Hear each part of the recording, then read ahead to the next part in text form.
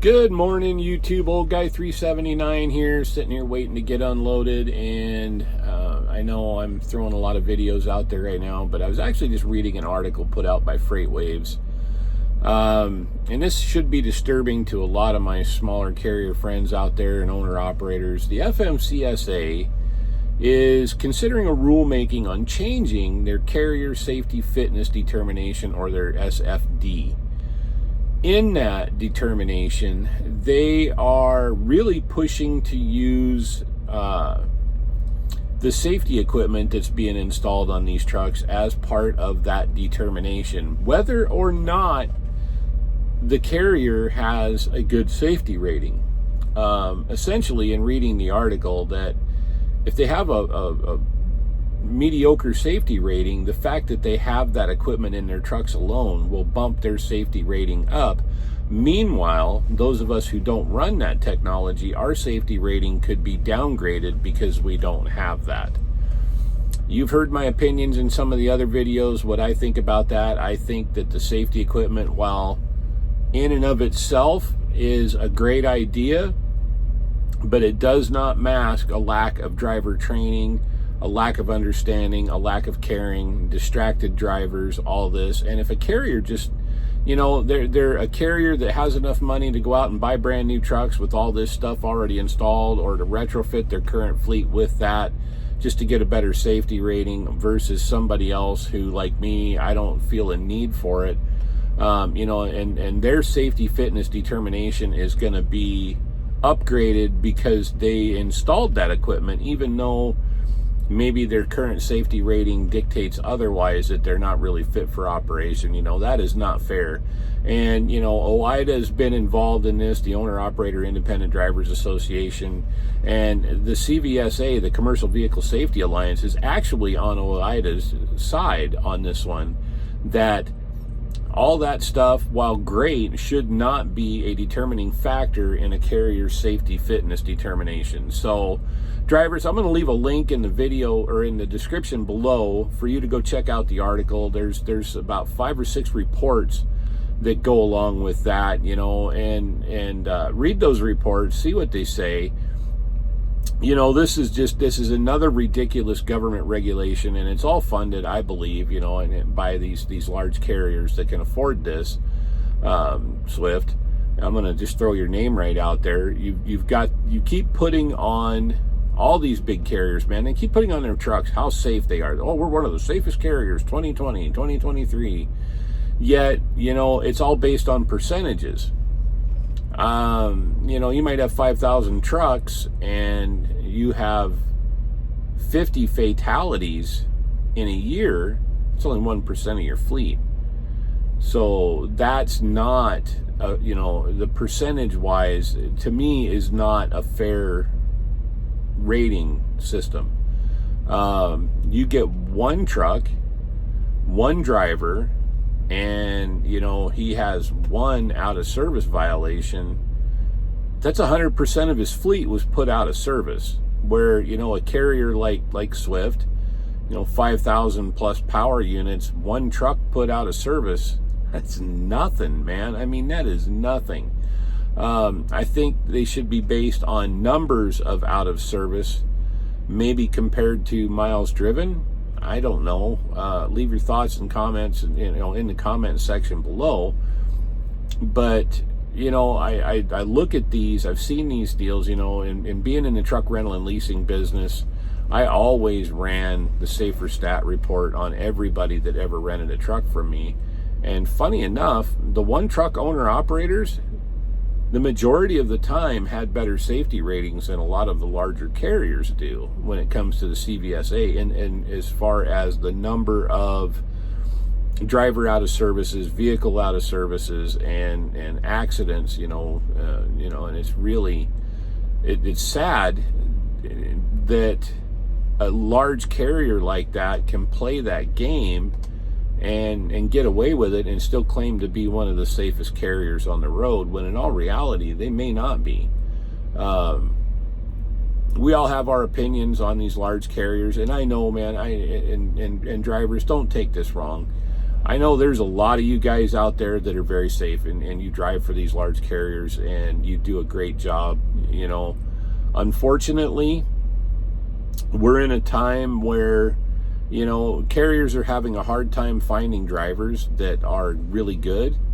And in their rush to get drivers in the driver's seat and get those trucks rolling and making money with them, they've decided to forego safety in exchange for just getting the trucks rolling up and down the road.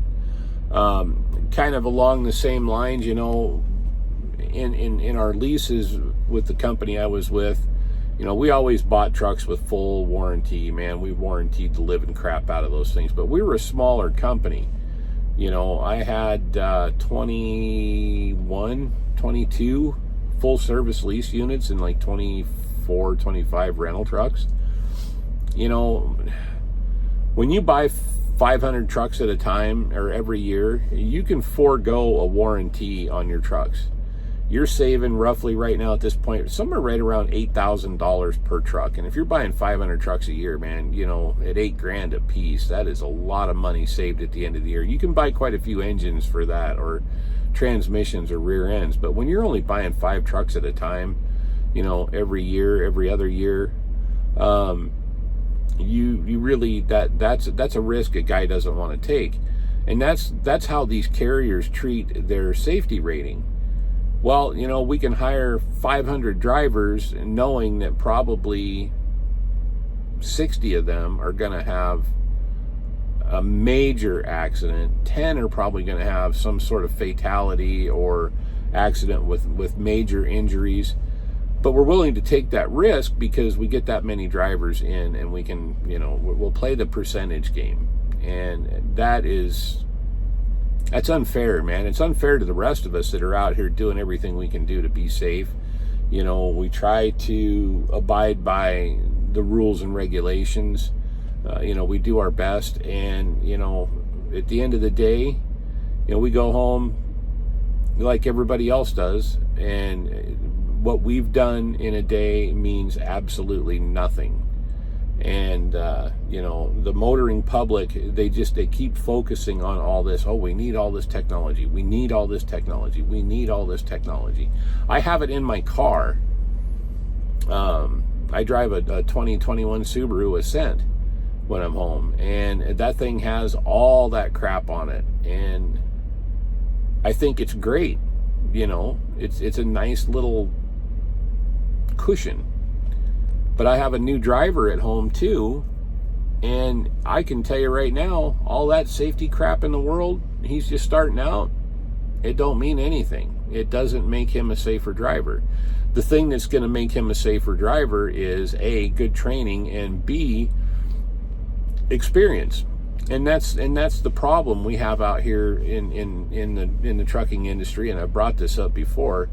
It's not necessarily even that we have drivers with a lack of experience. They have poor to no training, no training, somewhere in there, okay? Again, and it's a controversial subject. I had a couple guys in the comments tell me there's absolutely no reason a guy needs 10 years to be a trainer. Yeah, maybe not. I don't know. It's just a round number I threw out there in one of my videos, and I'm going to throw it back out there again. If you have 6 months experience, I'm sorry, guys, you should not be training new drivers. If you're a driver that has a ton of really bad habits, check those habits at the door. You're paving the way for somebody else to come in behind you. I just watched another little video this morning, and two student drivers. We used to, CR England called it the Dumb and Dumber program, which I thought was pretty funny.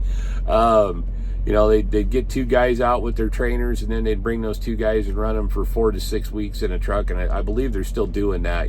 These 2 new drivers that just came off the trucks with their trainers, and these 2 guys hit a freaking 11-inch overpass,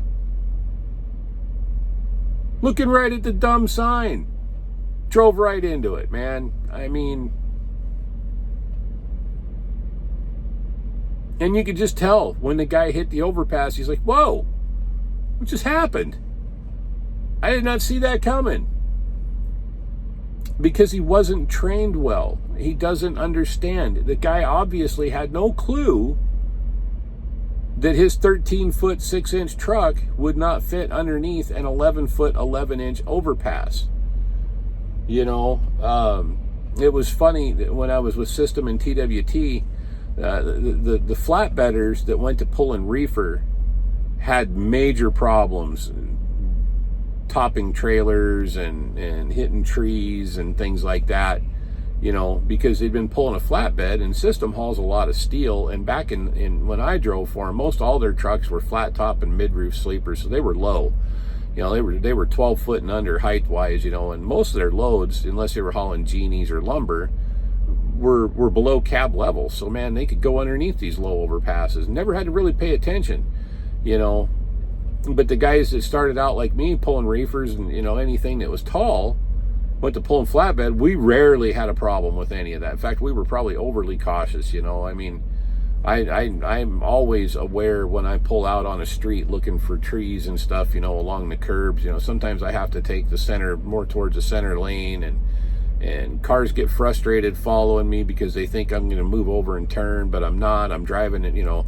They don't get it. They don't understand. And, you know, this is where I'm hoping, I'm just kind of going off on a little side tangent here. I'm kind of hoping that these videos reach people who are not in the trucking industry and kind of want to get a little understanding of what's going on. So anyway, drivers, you know, again, I'm going to put a link to that study down in the comments below.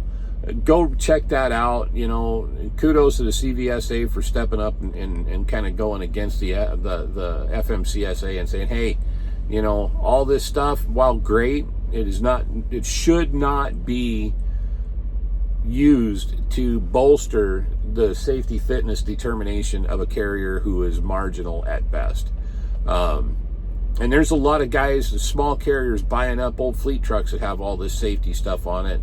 And believe me, the way I see a lot of these guys drive, it's not helping them, man. And these huge pileups that we see all the time, you know, so much, I can't say all the time because they're not every single day, but these huge pileups that we're seeing, you look at the majority of those trucks that are in those pileups, they have that stuff on them.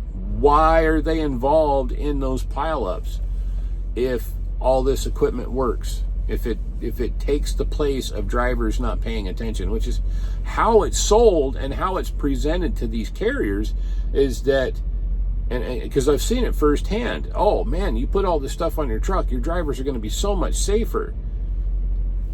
If you have a driver that just, you know, hasn't been trained well and he's not safe, he's not going to be safe. I don't care how much safety stuff you throw on his truck. He's going to ignore all that, all the alarms, the buzzers. I hear guys all the time, you know, well, you know, when I'm running my adaptive cruise, if I come up on somebody that's going slower, the truck starts slowing down, so I just shut it off, and then I just keep on hammering down, you know, and then I can get closer to them to go around them and pass them, you know. I mean, things like that.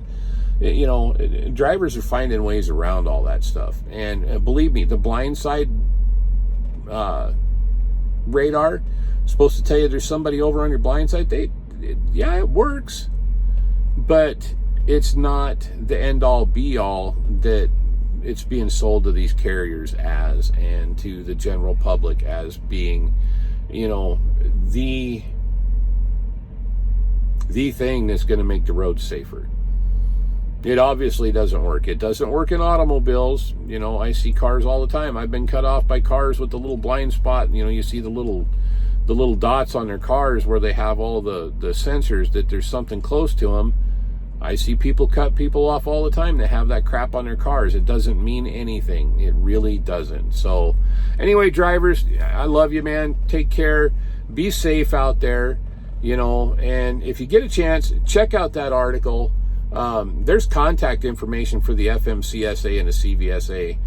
Shoot them an email, man. Let them know what you think of this, especially considering it does affect all of us. It affects everybody out here, you know, from a guy like me with just one truck to, you know, the guy I'm leased to that's got, you know, 5-6 trucks, to all the way up to, you know, even the big mega carriers. It affects them as well.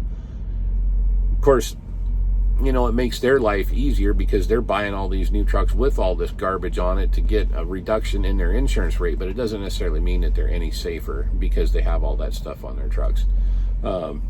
Be respectful in what you say to them. Show them that, you know, we are professionals, and man, make your voices heard. If you don't make your voices heard and we sit back silent, it's our fault if things don't change. So anyway, drivers, again, take care. Appreciate you. Keep the shiny side up, greasy side down, and we'll catch you on the flip side, drivers. See ya.